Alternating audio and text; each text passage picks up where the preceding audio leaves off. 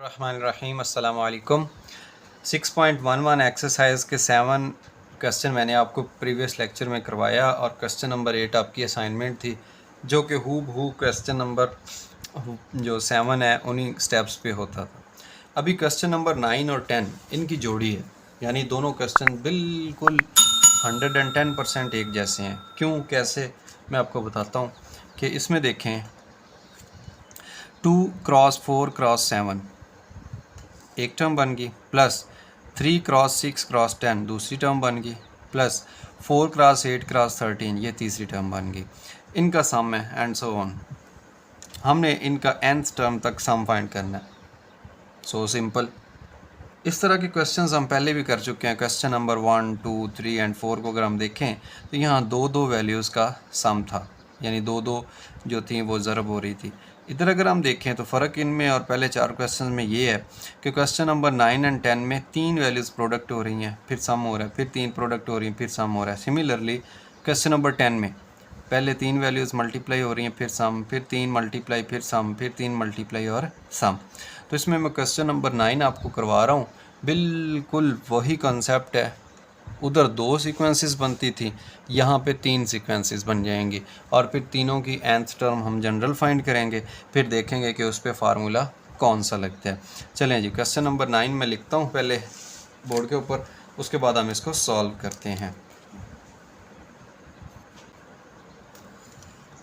Question number 9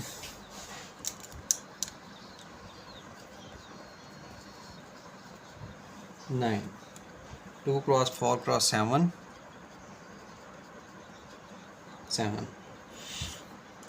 plus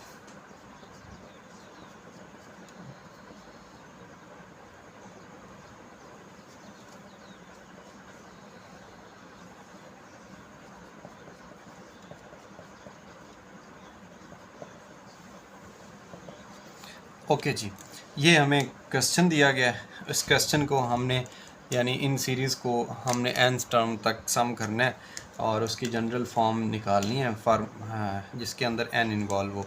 फार्मूले हमें कौन से इस्तेमाल करने पड़ेंगे, यही जो इस एक्सरसाइज में हम शुरू से पढ़ते आ रहे हैं। 4 फार्मूले हैं जी समेशन के, जो nth टर्म तक सम करने के लिए यूज़ होते हैं। इन्हीं को हम इधर यूज़ करेंगे, बट कैसे करेंगे, हैव अ लुक। इसमें 3 ये हर एक टर्म के अंदर, सीरीज़ की हर टर्म के अंदर 3 वैल्यूज़ आ रही हैं डिफरेंट। अब इसमें हम क्या करेंगे, 2 यानी पहली 2, फिर 3, फिर 4, ये एक सीक्वेंस बना रही है। 4, 6, 8 ये एक सीक्वेंस बना रही है। 7, 10, 13 ये एक सीक्वेंस बना रही है। हम क्या करेंगे, इन तीनों की nth टर्म फाइंड करेंगे, बट मैं 3 डिफरेंट कलर यूज़ करते हुए इनमें से पहले जो है सीक्वेंस वो 2 है, फिर 3 है, फिर 4 है, ये मैंने निकाल, इसकी nth टर्म निकालेंगे। सिमिलरली जो दूसरी दरमियान वाली वैल्यू है 4, 6 एंड 8, इसके 4, 6 एंड 8 एक सीक्वेंस इसकी निकलेगी। और तीसरी जो है 7, 10 and 13, 7, 10, 13 sorry C N not X, A N, B N, C N जो इनकी nth टर्म है तीनों सीक्वेंसेस की, हम वो निकालना चाह रहे हैं। कैसे निकालेंगे, फार्मूला में आता है। पहले हम देखेंगे कि ये अरिथमेटिक है सीक्वेंस या ज्योमेट्रिक है। तो इसमें देखें डिफरेंस 3 - 2 1 होता है, 4 - 3 1 होता है, तो डिफरेंस सेम है, मींस कि ये अरिथमेटिक है। 6 4 माइनस यानी कि 2 और 8 - 6 2, पता चला ये भी अरिथमेटिक है, डिफरेंस सेम है। 7 और 10 का डिफरेंस 3, 13 और 10 का डिफरेंस 3, तो ये भी अरिथमेटिक है। तीनों अरिथमेटिक हैं। अरिथमेटिक का जो फार्मूला होता है nth टर्म का, उसके लिए हमें चाहिए होती है पहली टर्म, उसके लिए हमें चाहिए होता है डिफरेंस, उसके लिए हमें देखना है कि लास्ट टर्म का नाम क्या। सिमिलरली हमें चाहिए पहली टर्म, हमें चाहिए डिफरेंस जो कि 2 है, और हमें चाहिए लास्ट टर्म का नाम। सिमिलरली हमें चाहिए पहली टर्म, हमें चाहिए डिफरेंस विच इज़ 3, और हमें चाहिए आखिरी टर्म का नाम जिसको हमने फाइंड आउट करना है। आसानी के साथ हम फार्मूला यूज़ कर सकते हैं। कौन सा फार्मूला? फार्मूला होता है कि nth term this is equal to first term plus n minus one into D, D is 1। यही फार्मूला अगर हम इधर अप्लाई करें तो nth term is equal to first term plus n minus one into difference which is 2। Similarly, nth term is equal to first term plus n minus 1 into d which is 3। Values put हो गई हैं। अभी values put करने के बाद हम इनको simplify करने वाले हैं। अब इसकी जो nth टर्म है कैसे निकलेगी? 2 प्लस ये मल्टीप्लाई होगा n माइनस 1, मज़ीद सिंप्लीफाई करेंगे तो ये n प्लस 1 रह जाएगा। तो पता चला कि जो nth टर्म है इस सीक्वेंस की, जो ये ब्लैक ये वाली इसकी जो nth टर्म है वो n प्लस 1 आ रही है। क्या आ जाएगा इधर? n प्लस 1, ये पहली टर्म है, आखिरी की पहली है। ओके, इसकी जब nth फाइंड करेंगे तो ये बन जाएगा 4 प्लस 2n माइनस 2 और ये बाकी रह जाएगा 2 प्लस 2n। इसको अगर मैं n की फॉर्म में पहले लिखना चाहूँ तो हम बिल्कुल लिख सकते हैं, यानी 2n में पहले लिख देता हूँ और 4 माइनस 2 पॉजिटिव 2 रह गया, ये bn की वैल्यू आ गई।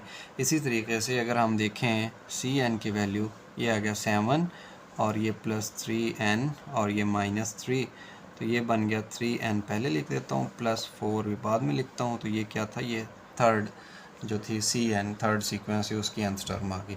तीनों की nth टर्म आ चुकी हैं। अब देखें ये पहली जो ब्लैक कलर मैंने किया ये उसकी टर्म आ गई। सिमिलरली अगर हम दूसरी देखें 4, 6 और 8, 4, 6, 8 की कौन सी टर्म आई है? 2n प्लस 2, तो इधर क्या आ जाएगा? Cross 2n plus 2। इसी के साथ ही जो तीसरे नंबर पे है टर्म वो क्या है? 7, 10, 13 और इधर जब आएगी तो वो क्या आ जाएगी? 3n प्लस 4, ये उसकी nth टर्म है। अब तीनों जो टर्म है इसको मैं इधर लिखता हूँ। सम का फार्मूला अब हमने लिखना है, तो हमें पता है कि जब सीरीज़ का सम लेते हैं तो उसको Sn से रिप्रेजेंट करते हैं। अब Sn के अंदर हम क्या करेंगे? हमने सम करना है। अब सीरीज़ का ये हुसन होता है कि उसकी nth टर्म का अगर सम ले लें तो वही सारी सीरीज़ का सम होता है।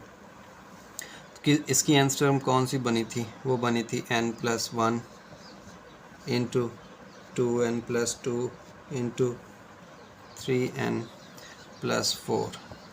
लें जी, इन सब की मल्टीप्लिकेशन के साथ अगर हम इसका सम ले लें, अब सम कहाँ तक लेना है? हमने डेफिनेटली एक्सटेंशन उसके ऊपर लगाएंगे हम कि 1 से लेके nth टर्म तक हमने सम लेना है। समेशन के ऊपर हम क्या करते हैं जनाब? 1 से लेके n, जैसे ही हमने ये k से 1 से स्टार्ट किया n तक, तो अंदर जो वैल्यूज़ यूज़ हो रही हैं वो भी फ़ौरन k की शक्ल में आ जाएंगी। कैसे? ये बन जाएगी k प्लस 1, ये बन जाएगी 2k प्लस 2 और ये बन जाएगी 3k प्लस 4। तो ये वो वैल्यूज़ हैं कि जिनको हमने सिंप्लीफाई करने के बाद फार्मूला लगाना है। तो अभी कैसे सिंप्लीफाई करेंगे? एक दफ़ा मैं फिर लिखता हूँ k 1 to n और ब्रैकेट के अंदर मल्टीप्लिकेशन कर लेते हैं। ये k प्लस 1 को वैसे ही एक दफ़ा लिख देते हैं, बट इन दो जो ब्रैकेट्स की मल्टीप्लिकेशन है 3 इंटू 2 6k स्क्वेयर, और फिर ये मल्टीप्लाई होगा तो प्लस 8k, फिर ये मल्टीप्लाई होगा तो प्लस 6k, ये फिर मल्टीप्लाई होगी तो प्लस 8। तो ये है जी हमारी मल्टीप्लिकेशन के बाद वाली टर्म आखिरी, जिसका हम सम ले रहे हैं। अभी हम क्या करेंगे? इसको मज़ीद सिंप्लीफाई करते हैं। आखिरी टर्म का जो सम है वो किस चीज़ के बराबर आएगा? Summation 1 to n। अभी देखें ये k प्लस 1 है और ब्रैकेट के अंदर 6k स्क्वायर है, प्लस 8k और 6k जब ऐड होंगे तो ये 14k बन गए, प्लस 8 है और ये ब्रैकेट क्लोज। अभी इस पे एक दफ़ा फिर हम प्रोडक्ट वाला जो रूल है वो लगाएंगे, यानी ये ज़रब हो रही है ब्रैकेट्स, ये k से मल्टीप्लाई होगा तो बन जाएगा, लेकिन ये पहले फार्मूलिटी हमको करनी पड़ेगी। ये बन जाएगा 6k³। जैसे ही ये इससे मल्टीप्लाई होगा तो ये बन जाएगा 14k²। और जैसे ही नेक्स्ट मल्टीप्लाई होगा तो प्लस 8k आ जाएगा, प्लस 6k² 1 से मल्टीप्लाई होगा तो वैसे ही फिर 14k और प्लस 8 1 8। इसको मज़ीद अगर हम देखें तो ये बन रहा है k1 to n। ये क्यूब वाली एक ही वैल्यू है, इसको लिख दें। स्केयर वाली ये भी है, स्केयर वाली ये भी है, ऐड होके 20k² बन गया, प्लस 20k²। फिर हम देखें 8k है और ये 14k है तो ये 22k बन गया, और फिर लास्ट में 8 है तो उसको वैसे ही लिखते हैं। तो ये जी हमारा नेक्स्ट स्टेप जो सिंप्लीफिकेशन का था वो हो गया। मज़ीद हम इसको एक दफ़ा फिर सॉल्व करते हैं और फिर देखते हैं कि फार्मूला कौन सा लगेगा। सबसे पहले तो मैं लिखता हूँ कि Sn is equal to summation 1 to n। इसमें अगर देखें, सॉरी ये ब्रैकेट के अंदर था सारा, ये भी ब्रैकेट के अंदर था। अब ये जो डिस्ट्रीब्यूटिव लॉ के ज़रिए जैसे ही हम समेशन सब के ऊपर अप्लाई करेंगे तो समेशन जब 6 के साथ ये वैल्यू है 6 पहले आ जाएगा, समेशन k1 to n और फिर k³ बाद में आ जाएगा। इधर जब अप्लाई होगा 20 पहले, समेशन बाद में, और फिर आ जाएगा k ऊपर स्क्वायर है। इधर जब अप्लाई होगा तो 22 पहले, फिर समेशन 1 to n और फिर k और फिर प्लस 8, और जब इसके ऊपर हम समेशन अप्लाई करेंगे 8 को हम लिख सकते हैं 8 × 1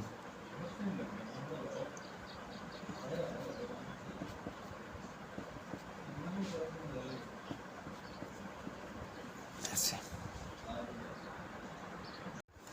और इसके बाद फार्मूला अप्लाई कर दें कि फार्मूले कौन कौन से अप्लाई हो रहे हैं। पहले तो हमें देखना है कि ये देखें, मैं लिखता हूँ ये 6 है, इधर फार्मूला आएगा, फिर उसके बाद है 20, फिर इधर फार्मूला आएगा, फिर है 22 और इधर आएगा k का फार्मूला, और लास्ट में था 8 और समेशन 1 जो कि n होता है। मैं डायरेक्ट ही लिख देता हूँ, चलें एक दफ़ा नहीं लिखता, चेक कर देते हैं। इनके अंदर अब हमने फार्मूले लिखने हैं। कैसे? 6 के साथ था k³, समेशन k³ का फार्मूला अगर देखें तो ये n × n + 1 n × n+1/2 whole square, लें जी होल स्क्वायर आ गया, प्लस 20 के साथ क्या था k², समेशन k² का फार्मूला हम पुट करेंगे n × n+1 × 2n+1/6। फिर है k का फार्मूला ये है n × n+1/2, और फिर है 8 × समेशन 1 जो कि n होता है। अच्छा, ये समेशन 1 मैं आपको बता रहा था कि इस 8 को हम लिख सकते हैं 8 × 1। तो ये जो 8 है ये पहले लिखा गया समेशन से, और 1 के ऊपर जब ये डिस्ट्रीब्यूट करके आई समेशन तो समेशन 1 बन गया जो कि 1 होता है, n होता है, सॉरी। ओके, अब हम नेक्स्ट स्टेप के लिए क्या करेंगे कि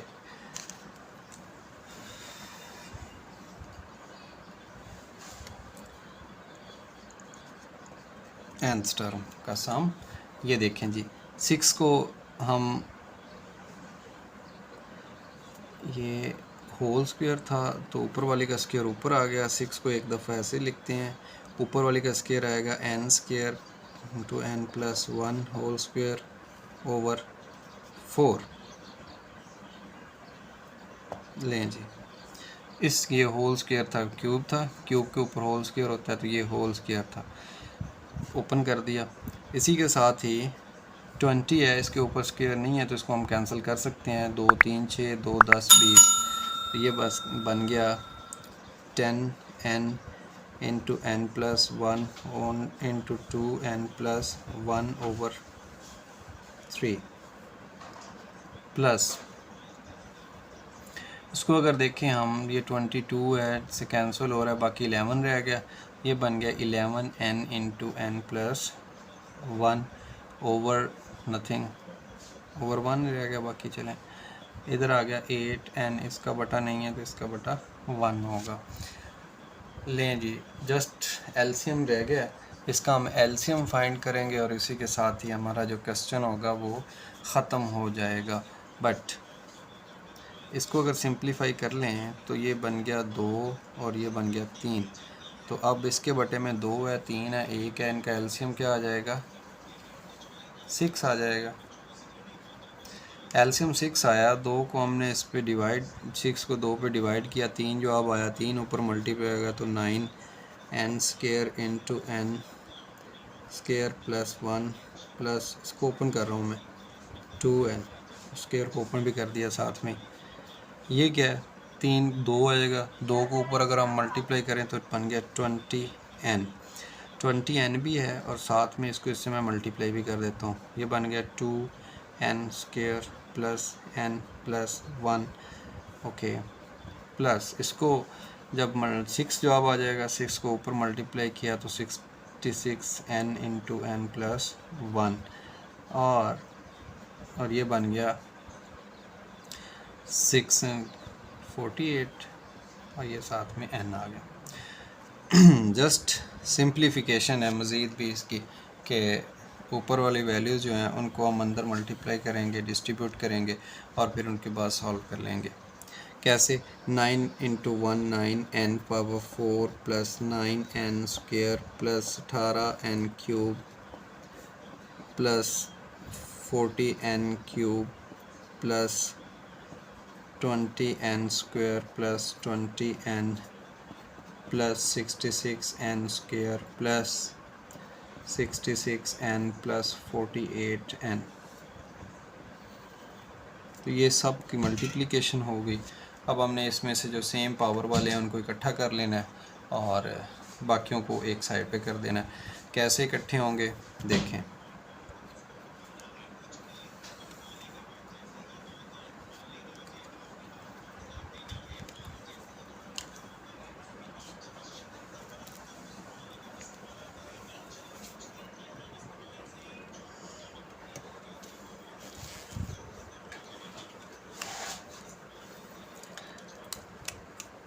n पावर 4 वाला कोई और नहीं है,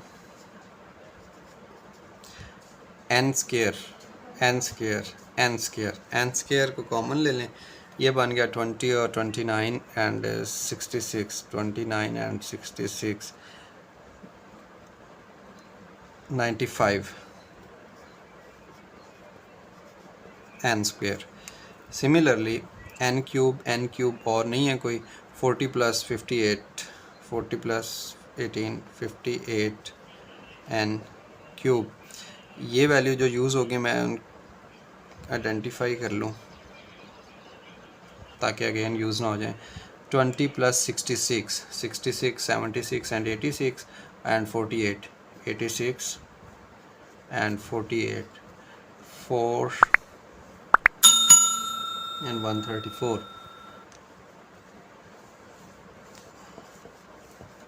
साथ में n है तो n लगा दें। n के अलावा कोई ऐसी वैल्यू नहीं है जो कि कांस्टेंट शक्ल में हो, n ही साथ में आ रहा था। तो ये जी हमारा क्वेश्चन यहाँ तक सॉल्व हो गया। अब मज़ीद इसमें अगर हम देखें क्या क्या कॉमन आ सकता है, उसको हम कॉमन ले लेते हैं। क्या कॉमन आ सकता है? अगर इधर हम देखें तो 3,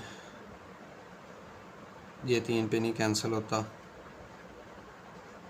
ये भी नहीं होता। n कॉमन तो लाजमी आ रहा है ना, तो n कॉमन ले लें। बाकी अगर इसमें से कुछ कॉमन आ रहा है तो आप कॉमन लेके कैंसिल कर सकते हैं, बट प्लीज़ वेट।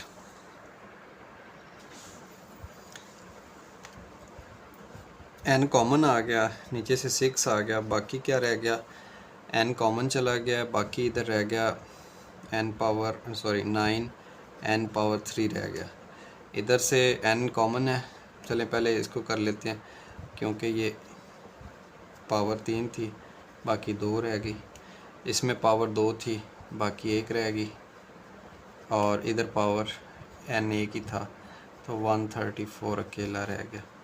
तो ये है जी हमारा जो लास्ट सम एन टर्म का सीरीज़ की, वो ये वाला है। तो ये हमारा आंसर है। इसी के साथ हमारा क्वेश्चन ख़त्म हो चुका है। बिल्कुल इसी तरीके से हम जो बाकी कंप्लीट एक्सरसाइज है वो भी सॉल्व कर सकते हैं। ये था क्वेश्चन नंबर 9। क्वेश्चन नंबर 10 बिल्कुल इन्हीं स्टेप्स के ऊपर ही हो जाएगा।